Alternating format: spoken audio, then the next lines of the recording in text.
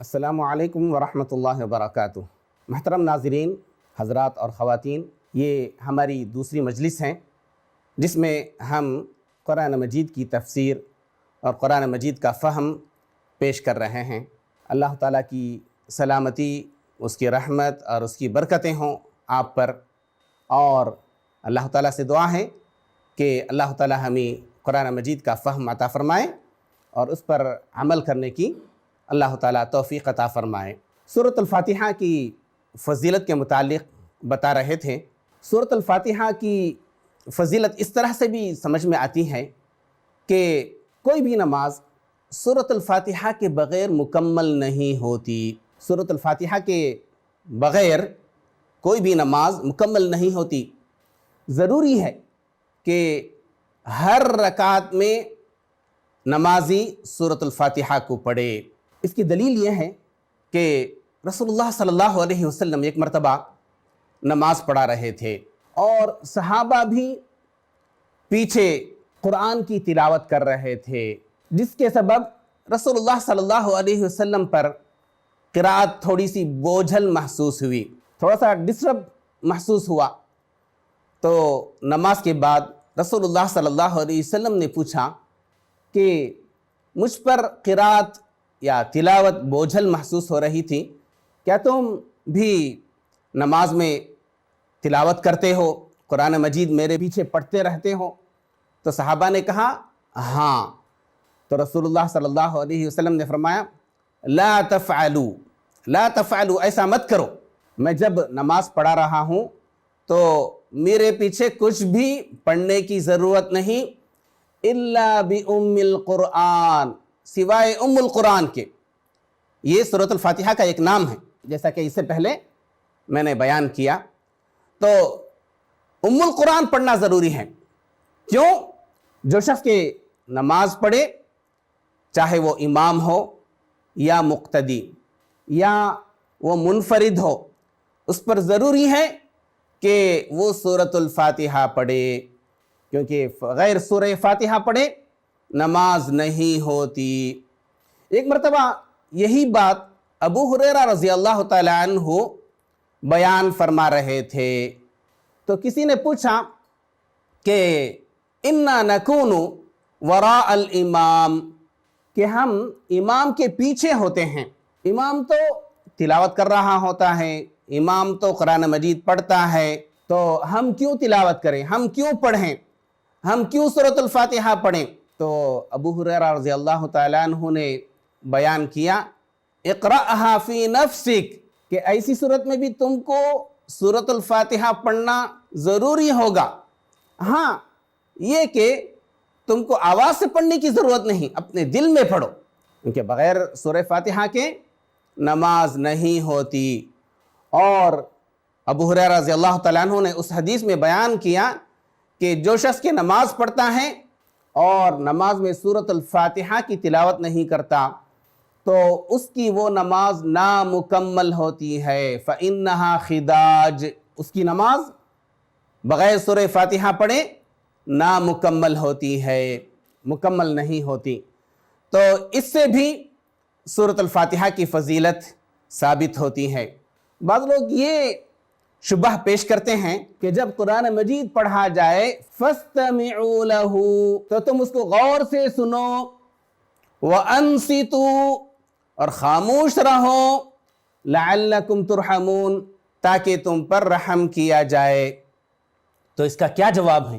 اس آیت میں تو اللہ تعالیٰ نے قرآن مجید کے پڑھے جانے کی صورت میں غور سے سننے اور خاموش رہنے کا حکم دیا ہے، تو تم کیسے کہہ سکتے ہو کہ امام تلاوت کرتا رہیں اور ہم بھی سورۃ الفاتحہ کی تلاوت کریں گے؟ تو اس کا جواب یہ ہے کہ یہ آیت رسول اللہ صلی اللہ علیہ وسلم کو بھی معلوم تھی، صحابہ کو بھی اس آیت کا علم تھا، اور اس آیت کا وہ مفہوم رسول اللہ صلی اللہ علیہ وسلم نے امت کو نہیں سمجھایا جو بعض دیگر لوگ ایسا مفہوم سمجھتے ہیں کہ جب امام تلاوت کرے، وہ چاہے سورۃ الفاتحہ ہی کیوں نہ ہو، ہم سورۃ الفاتحہ بھی صرف سنیں گے، پڑھیں گے نہیں۔ رسول اللہ صلی اللہ علیہ وسلم نے خود میرے بھائی اس بات کا حکم دیا کہ جب سورۃ الفاتحہ امام تلاوت کریں تو تم اس کے پیچھے سورۃ الفاتحہ پڑھو۔ دوسری صورتیں ہیں سورۃ الفاتحہ کے بعد جو دوسری صورت پڑھی جاتی ہیں، ایسی صورت میں تم خاموش رہو، تم اس کو غور سے سنو، لیکن سورۃ الفاتحہ کا پڑھنا ضروری ہے۔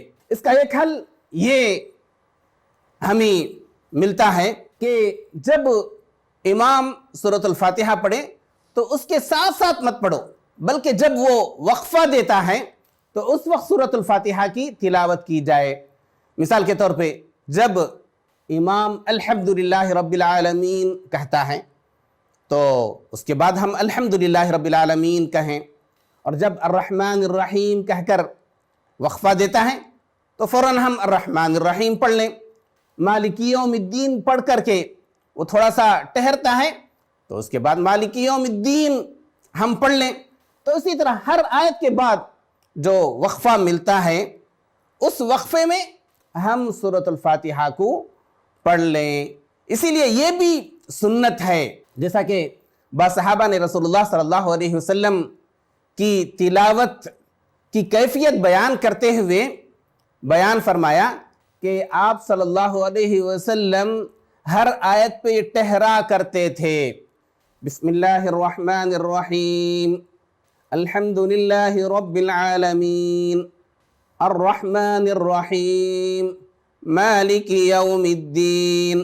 تو اس طرح سے ہر آیت پر ٹہرنا سنت ہے، اور مقتدی کو اس بات کا موقع مل جاتا ہے اس طرح سے کہ وہ بھی سورۃ الفاتحہ کی تلاوت کر لے۔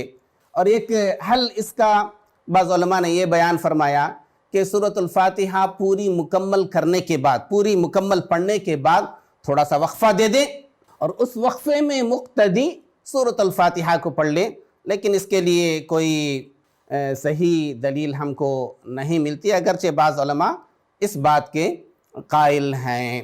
تو یہ سورۃ الفاتحہ کی فضیلت ہے کہ اور اس کی اہمیت ہے کہ اس کے بغیر نماز نہیں ہوتی۔ اس کے بعد ہم یہ بات بتانے جا رہے ہیں کہ اس کی کتنی آیتیں ہیں۔ اس کی 7 آیتیں ہیں، سورۃ الفاتحہ کی 7 آیتیں ہیں، اس میں کوئی شک نہیں۔ خود اللہ تعالیٰ نے اس سورت کی آیتوں کی تعداد بتا دی، وَلَقَدْ آتَيْنَاكَ سَبْعًا مِّنَ الْمَثَانِي وَالْقُرْآنِ الْعَظِيمِ۔ لیکن یہ جو 7 آیتیں ہیں، ان میں پہلی آیت کون سی ہے؟ مشہور تو یہی ہے کہ سب سے پہلی آیت الحمدللہ رب العالمین ہے۔ اگر ہم الحمدللہ رب العالمین کو پہلی آیت شمار کریں گے تو پھر دوسری آیت الرحمن الرحیم، تیسری آیت مالک یوم الدین، چوتھی آیت ایاک نعبد و ایاک نستعین، اور 5ویں آیت اہدنا الصراط المستقیم، 6ٹھی آیت صراط الذین انعمت علیہم، یہاں تک ایک آیت، اور 7ویں آیت غیر المغضوب علیہم ولا الضالین۔ تو اس طرح سے سورۃ الفاتحہ کی 7 آیتیں ہوتی ہیں۔ لیکن بعض دیگر علماء بسم اللہ الرحمن الرحیم کو سورۃ الفاتحہ کی پہلی آیت شمار کرتے ہیں، اور وہ کہتے ہیں کہ بسم اللہ الرحمن الرحیم سورۃ الفاتحہ کی پہلی آیت ہے، اور الحمدللہ رب العالمین یہ سورۃ الفاتحہ کی دوسری آیت ہے، اور سورۃ الفاتحہ کے آخر میں صراط الذین انعمت علیہم غیر المغضوب علیہم ولا الضالین، یہ جو سورۃ الفاتحہ کا آخری حصہ ہے، اس سارے حصے کو ایک آیت شمار کرتے ہیں اور کہتے ہیں کہ یہ 7ویں آیت ہے۔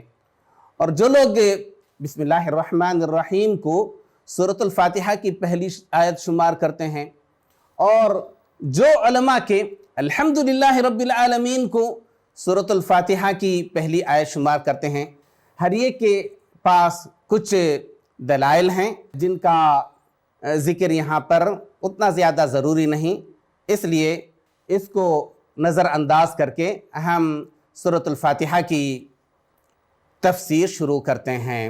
اگر ہم سورۃ الفاتحہ کی پہلی آیت بسم اللہ الرحمن الرحیم کو ہم شمار کرتے ہیں تو بسم اللہ الرحمن الرحیم ہی سے ہم سورۃ الفاتحہ کی تفسیر اور اس کا فہم کی ابتدا کرتے ہیں۔ بسم اللہ الرحمن الرحیم، بسم اللہ الرحمن الرحیم میں سب سے پہلا جو لفظ ہے وہ حرف با ہے، بسمی۔ یہ حقیقت میں دو الفاظ ہیں، حرف با اور اس کے بعد اسم، اور تیسرا لفظ اللہ، لفظ اللہ، اور چوتھا لفظ الرحمن، اور پانچواں لفظ الرحیم۔ تو اس طرح سے بسم اللہ الرحمن الرحیم میں 5 الفاظ ہیں۔ سب سے پہلا لفظ حرف با ہے۔ بسم اللہ الرحمن الرحیم کے معنی ہم کرتے ہیں اللہ کے نام سے جو بڑا مہربان نہایت رحم والا ہے، اللہ کے نام سے جو بڑا مہربان نہایت رحم والا ہے۔ تو اس میں حرف با کے جو معنی ہم کر رہے ہیں وہ سے، اللہ کے نام سے یا اللہ کے نام کے ساتھ، اللہ کے نام کے ساتھ۔ تو با کا ایک مطلب یا اس کا جو معنی ہم نے کیا وہ سے یا ساتھ۔ سے کا مطلب، اس کا مطلب بھی یہی کہ اللہ کے نام کے ساتھ۔ کہ اللہ کے نام کے ساتھ کیا چیز؟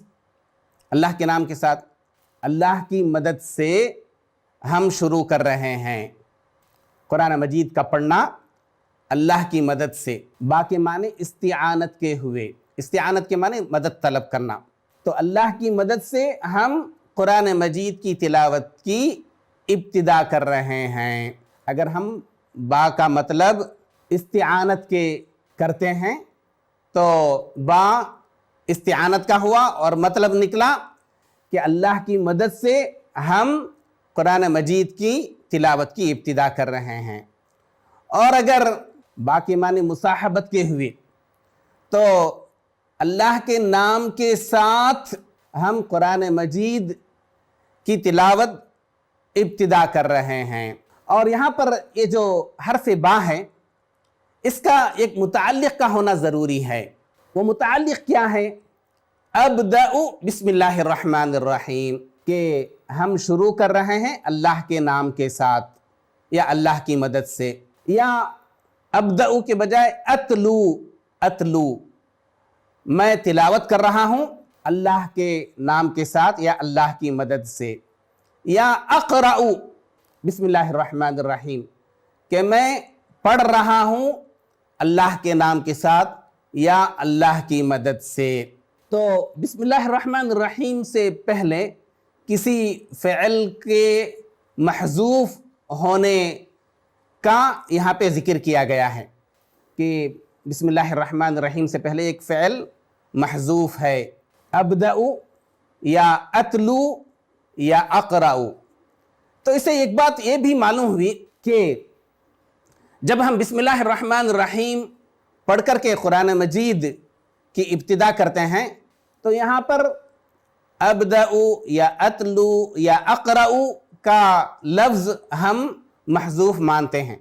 اگر قرآن مجید پڑھنے کے بجائے اگر دوسرا کوئی کام کرتے ہیں اور اس سے پہلے بسم اللہ کہتے ہیں تو وہاں پر یا تو ابدأ کا لفظ محذوف مانیں گے کہ میں شروع کر رہا ہوں اللہ کے نام کے ساتھ، اور یہ سمجھیں گے کہ جو کام ہم شروع کر رہے ہیں وہ کام ہم اللہ کے نام کے ساتھ شروع کر رہے ہیں۔ جیسے کھانے سے پہلے اگر کوئی شخص بسم اللہ کہتا ہے تو یہ وہ تصور کرے گا کہ ابدأ الاکل بسم اللہ، کہ میں اللہ کے نام کے ساتھ کھانا شروع کرتا ہوں۔ یا پینے سے پہلے اگر وہ بسم اللہ کہتا ہے تو ابدأ الشرب بسم اللہ، کہ میں اللہ کے نام کے ساتھ پینا شروع کر رہا ہوں۔ یا کوئی چیز اٹھاتا ہے یا کوئی چیز رکھتا ہے یا مسجد میں داخل ہوتا ہے یا مسجد سے نکلتا ہے تو اس وقت بھی بسم اللہ کہنا مشروع ہے، حدیث میں آتا ہے۔ تو وہاں پر کیا وہ تصور کرے گا، وہ کیا سوچے گا؟ یہی کہ میں مسجد میں داخل ہو رہا ہوں اللہ کے نام کے ساتھ، ادخل المسجد بسم اللہ، یا مسجد سے نکلتے وقت بسم اللہ کہتا ہے تو وہ یہ سمجھے گا کہ اخرج من المسجد بسم اللہ، کہ میں مسجد سے اللہ کے نام کے ساتھ نکل رہا ہوں۔ تو اسی طرح سے کوئی بھی کام کرنے سے پہلے اس کام کا فعل یہاں پر محذوف سمجھا جائے گا، جو کام کے وہ کر رہا ہے۔ اس کے بعد یہ جو بسم اللہ الرحمن الرحیم ہے، تو حرف با کے بعد اسم ہے۔